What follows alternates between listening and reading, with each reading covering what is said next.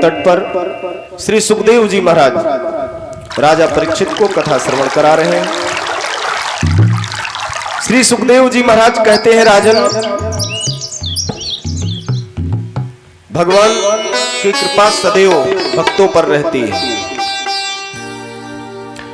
कभी कभी ऐसा हो जाता है कि भक्त समझ नहीं पाता, पूरा जीवन अगर भक्तिमय रहा है और अंत समय में अगर उससे भूल हो गया तो निश्चित रूप से उसका कल्याण नहीं हो पाता, यानी उसकी सद्गति नहीं हो पाती।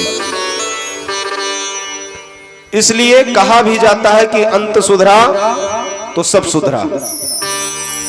अवस्था में भी बताया गया है, जब चौथापन लग जाए तो भजन में लग जाना चाहिए, क्योंकि जो आयु है यह हमारे कर्मों के अनुसार निर्धारित है। प्रथम अवस्था जो होती है जीवन की, यह अवस्था है विद्याध्ययन करने का। प्रथमे नार्जिते विद्या, जिसने प्रथम अवस्था में पढ़ नहीं पाया और द्वितीय अवस्था पैसा कमाने का, वित्त एकत्र करने का, यानी धन का संग्रह करने का। द्वितीय नार्जितम धनम, यानी प्रथम अवस्था सुधर जाए और द्वितीय अवस्था अगर सुधार ले गया, तभी तृतीय अवस्था में आप धर्म कर्म पुण्य जब तक कथा भागवत तीर्थ यात्रा कर पाएंगे। अगर धन नहीं है, आप बहुत कुछ करना चाहते हैं तो धन के बगैर नहीं हो सकता। करेंगे लेकिन मन की संतुष्टि नहीं हो सकती। तो इसलिए प्रथम अवस्था विद्या के लिए और द्वितीय अवस्था धन संग्रह के लिए। फिर तृतीय नार्जितम पुण्यम, और जिसने तृतीय अवस्था में पुण्य नहीं संग्रह किया, पुण्य नहीं कर सका, अगर वह आशा करे कि चतुर्थ अवस्था में मैं मौज करूंगा, असंभव है। तो वह चतुर्थे किम करिष्यति, कुछ नहीं कर सकता। इसलिए सबको चाहिए, जिनका प्रथम अवस्था बीत चुका है, द्वितीय प्रारंभ है, अगर प्रथम को नहीं सुधार पाए तो द्वितीय को सुधारिए। अगर प्रथम और द्वितीय भी बिगड़ गया है तो तृतीय को सुधारिए। और ये तीनों में अगर चूक गए तो चतुर्थ बिगड़ना ही बिगड़ना है, उसमें कोई संदेह नहीं है। अरे ना आपके पास बुद्धि होगा, ना पढ़े लिखे ही होंगे, और द्वितीय अवस्था में धन भी नहीं होगा। और ये जब दोनों नहीं होता है तो तृतीय अवस्था में आप पुण्य धर्म कर ही नहीं सकते। और जब ये तीनों आप कर नहीं पाएंगे तो चौथे अवस्था में तो झेलना ही पड़ेगा, क्योंकि ना आपके पास धन है, ना आपके पास बुद्धि है, और ना ही आपके पास भगवत कृपा है, यानी पुण्य है। और ये तीनों से जब आप अलग हो जाएंगे तो आशा आप करिए कि मेरा बालक प्रातः काल उठ करके मुझे जल देगा। मरने के बाद अगर तिलांजलि दे दे तो बड़ी बात है, या तो आर्य समाज है ये है। आर्य समाज से फूकेगा, ना एक को पिंड प्राप्ति हो पाएगी और ना ही पितरों का सद्गति हो पाएगा, क्योंकि आर्य समाज वालों ने तो ठेका ले लिया है। प्रारंभ उन्होंने इसी से किया है। आर्य समाज को शायद हम आप लोग पहले ना जानते रहे होंगे, लेकिन इधर 2-4-10 साल से ज्यादा विकास आर्य समाज का इसीलिए हो रहा है क्योंकि उन्होंने अंत का ठेका लिया है। वेदों को गाली देना, ब्राह्मणों को गाली देना, उन्होंने विचार किया कि मुझे कोई विवाह में तो बुलाएगा नहीं, मुंडन में तो बुलाएगा नहीं, अंत में जरूर बुलाएगा, इसलिए अंत को चुनो। और जब अंत में बैठका मिलेगा तो सब में बैठका मिल जाएगा। हमारे सनातन धर्म का लोप हो रहा है।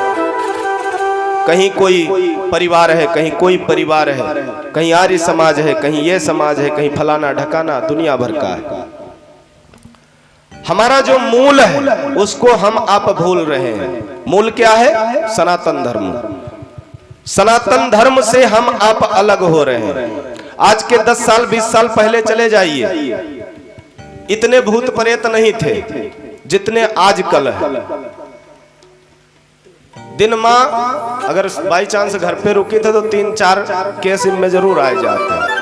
लागत है पूरे संसार में मनुष्य के कमी हो गए, प्रयत्न के वृद्धि अधिक हो गए। काहे? ये कमी हमारी आपकी है। हमने अपने धर्म को छोड़ दिया। हमारे दादा परदादा, हमारे पिता जो करते रहे उसको मैंने छोड़ दिया, खाली अपने सुख के लिए। सुख क्या है? 10 दिन बैठना पड़ेगा। किसके लिए? माता पिता के लिए। अरे जिसने पूरा जीवन दे करके मेरे जीवन को संवारा, जिसने मेरे शरीर का विकास किया, पाला पोसा बड़ा किया, खिलाया, कैसे खिलाया ये वही जानता है। पता नहीं किसके किसके आगे हाथ फैलाना पड़ा हो हमको आपको पालने के लिए, माँ बाप को। लेकिन जब उनका मृत्यु होता है तब क्या दिखाई पड़ता है? सनातन धर्म नहीं दिखाई पड़ता है। क्या दिखाई पड़ता है? आर्य समाज। बुलाओ फट दे, बहुत बढ़िया दाह संस्कार करवावत है। अरे वो बहुत बढ़िया दाह संस्कार नहीं करावत है, आपके माता पिता कहन नरक में ढकेलत है। जागो, अपने सत्य सनातन धर्म को पहचानो कि हमारा सनातन धर्म क्या है।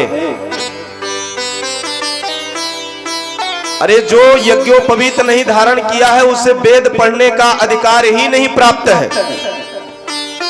और वो आकर के अगर वैदिक मंत्र बोलता है और हमारे पितृ या मातृ का दाह संस्कार करवाता है तो क्या उनकी सदगति हो सकती है? आप खुद विचार करिए। कभी नहीं हो सकता है।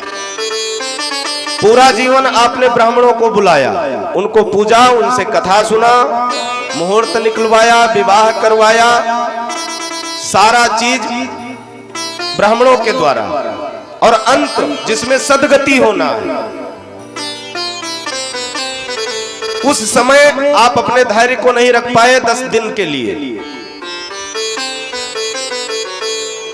अगर 10 दिवस मैं अपने माता पिता के लिए समय दूं और कहीं एक पेड़ के नीचे बैठने से, सात्विक व्रत रखने से अगर मेरे माता पिता का सदगति हो जाए तो मैं इतना भी नहीं कर सकता हूं? करना चाहिए। कहने का तात्पर्य यही है कि प्रयास करो। वैसे कई जगह मैं सुन चुका हूं, लेकिन आप लोगों को अवगत कराता हूं। बाकी मर्जी आपकी, आप चाहे जो उन्हें धर्म से कुछ भी करिए, अपने मन के आप मालिक हैं, लेकिन अपने सनातन धर्म को मत छोड़िए,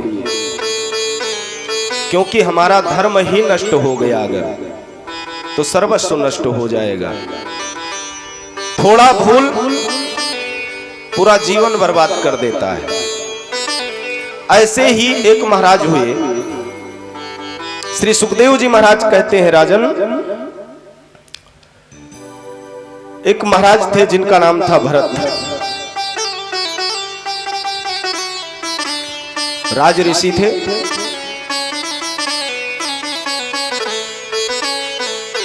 वह बड़े ही सत्यव्रती थे, सत्य का पालन करने वाले धर्मात्मा पुरुष थे।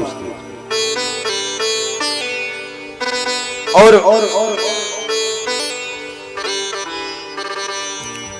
उनके मन में इच्छा जागृत हुआ। इच्छा कैसा? कि अब मैं संसार से अलग होना चाहता हूं, यानी मोह ममत्व से दूर जाना चाहता हूं। पूरा जीवन मैंने राज्य का पालन किया, प्रजाओं का पालन पोषण किया, और अंत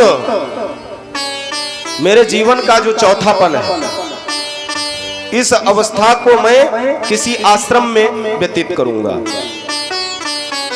उन्होंने निश्चय कर लिया कि मैं हरिद्वार जाऊंगा। राजपाट को छोड़ करके पहुंच गए कहां पर? हरिद्वार। हरिद्वार में एक पुलह ऋषि थे, उनका आश्रम था, और उन्हीं के आश्रम में पहुंचते हैं। विद्या कुंड के पास विद्याधर कुंड नामक एक क्षेत्र है, वहीं पर पुलह जी का आश्रम था। उसी आश्रम में पहुंच गए, दीक्षा लिया और भजन करना प्रारंभ कर दिया। संसार के मोह ममत्व से दूर निरंतर आश्रम में रहते हैं। आश्रम का जो दिनचर्या है उसका पालन कर रहे हैं। समय व्यतीत तो हो रहा है। प्रतिदिन ठाकुर जी के सेवा में जाते हैं, ठाकुर जी की सेवा करते हैं। महर्षि पुलह जी का आदेश जो होता है उसका पालन करते हैं। आश्रम तो आश्रम होता था, आश्रम में निरंतर भगवान का भजन होता रहता है, यज्ञ अनुष्ठान प्रारंभ रहता है। वहां पर पहुंचे और प्रेम पूर्वक भजन करना प्रारंभ कर दिए। पूरा जीवन उनका आश्रम में व्यतीत होने लगा। दैववश एक दिन स्नान करने के लिए गए थे और स्नान कर रहे थे। उसी समय एक हिरणी जो गर्भवती थी, उसको एक व्याघ्र मारना चाहता था। उसने अपने प्राण को बचाने का प्रयास किया और नदी में छलांग लगा दिया। जैसे ही उस हिरणी ने छलांग लगाया कि उसका प्रजनन हो गया। आज राजऋषि भरत जी को यह प्रतीत हुआ कहीं ऐसा ना हो ये बच्चा मर जाए। पानी में अगर ये गिरा है तो निश्चित रूप से अगर इसको मैं बचाया नहीं तो ये जल में डूब जाएगा, मर जाएगा। उस हिरण के बच्चे को भरत जी महाराज उठाते हैं और आश्रम ले आते हैं। उसको इस प्रकार पालने लगे जैसे एक पिता अपने पुत्र को पालता है। निरंतर उसकी सेवा में लग गए, भजन से विमुख होने लगे, क्योंकि जिस ममता का वो त्याग करके आश्रम में आए थे, आज वही ममत्व, वही ममता उस बच्चे से हो जाता है। और जो भी सांसारिक मोह माया में फंसता है, कहीं ना कहीं वो डूब ही जाता है। आज भरत जी आए थे अपने जीवन को संवारने के लिए, लेकिन इस प्रकार उस बच्चे का देखभाल करते हैं कि पूरा दिन उसी के सेवा में व्यतीत हो जाता है, भजन करने का समय ही नहीं मिलता। श्री सुखदेव जी महाराज कहते हैं, राजन, एक दिन वह बच्चा भ्रमण करते करते कहीं आश्रम से बाहर चला गया। दोपहर से संध्या हो गया, लेकिन वह बच्चा वापस नहीं आया। महाराज को इतना बड़ा चिंता हो गया कि उसी चिंता में महाराज बीमार पड़ गए। आए थे राम नाम लेने के लिए, लेकिन मोह ने ग्रसित कर लिया। बीमार पड़ते हैं और हृदय में सिर्फ वही हिरणी का बच्चा ही बसा हुआ है। राम बाहर चले गए और उनका सोचते सोचते प्राणांत हो जाता है। उनका जब प्राणांत हुआ, सदगति नहीं हुआ। थे तो धर्मात्मा, पूरा जीवन उन्होंने धर्म कर्म किया, यज्ञ अनुष्ठान किया और अंत में आश्रम को चुना। ऋषि महात्माओं के साथ रह रहे थे, भजन कर रहे थे, लेकिन भजन करते करते मोह में ग्रसित हो गए। और कहा भी जाता है कि मरते समय जिसकी याद आएगी अधिक, कहीं ना कहीं वही योनि प्राप्त होता है, उसी में मेरा जन्म होता है। इसलिए मरते समय मात्र भगवान नाम का उच्चारण करना चाहिए। आज भरत जी का जब प्राणांत होता है, सदगति नहीं हुई, मोक्ष नहीं हुआ, पुनः जन्म लेना पड़ा। जन्म किसमें हुआ? हिरण ही बन करके वो जन्म लेते हैं। पूर्व जन्म उनका बिगड़ गया, मनुष्य तन जो मिला था उससे वो विमुख हो गए। तन आज कौन सा प्राप्त होता है? हिरण का। लेकिन स्मृति बनी हुई है पूर्व जन्म की, ज्ञान वही है, उनकी जो बुद्धि थी वह नहीं बदली। भगवान ने इस प्रकार उनके ऊपर कृपा किया कि पूर्व में जो भी उन्होंने तप किया था, उस तप के प्रभाव से उनका जो स्मृति है, याद है, वो बना हुआ है। उन्होंने विचार किया, चलो कोई बात नहीं, मेरा पूर्व जन्म अगर बिगड़ गया है तो इस जन्म को मैं अवश्य संवारूंगा। कैसे संवारोगे? उन्होंने निश्चय कर लिया कि मैं अपना जीवन आश्रम के समीप ही व्यतीत करूंगा। और पहुंच जाते हैं, पुलाह जी के आश्रम के किनारे रहना प्रारंभ कर देते हैं। आश्रम में जो कीर्तन होता है, भजन होता है, यज्ञ होता है, वेद पाठ होता है, उसका ध्वनि उनके कानों तक जाता है। पूरा जीवन उन्होंने आश्रम के समीप ही व्यतीत किया। अंत में उनका जब प्राणांत हुआ, उस हिरण का जब प्राणांत होता है, तब भी सदगति नहीं हुई। क्यों नहीं हुआ? क्योंकि सुन सकते थे लेकिन गा नहीं सकते थे, राम नाम ले नहीं सकते थे। और हम लोगों का सौभाग्य है कि भगवान ने मनुष्य बनाकर भेजा है। देवताओं को भी यह शरीर दुर्लभ है। बड़ी भाग मानुष तन पावा, बड़ी भाग मानुष तन पावा, बड़ी भाग मानुष तन पावा, बड़ी भाग मानुष तन पावा,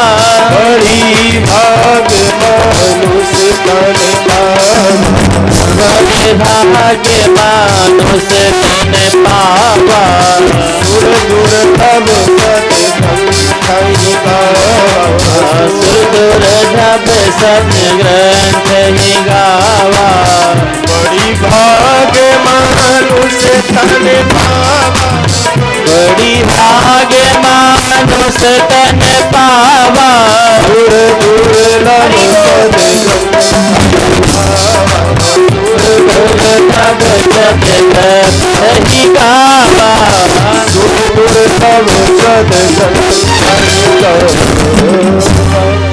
प्रेम से बोलिए राघवेंद्र सरकार की जय हो।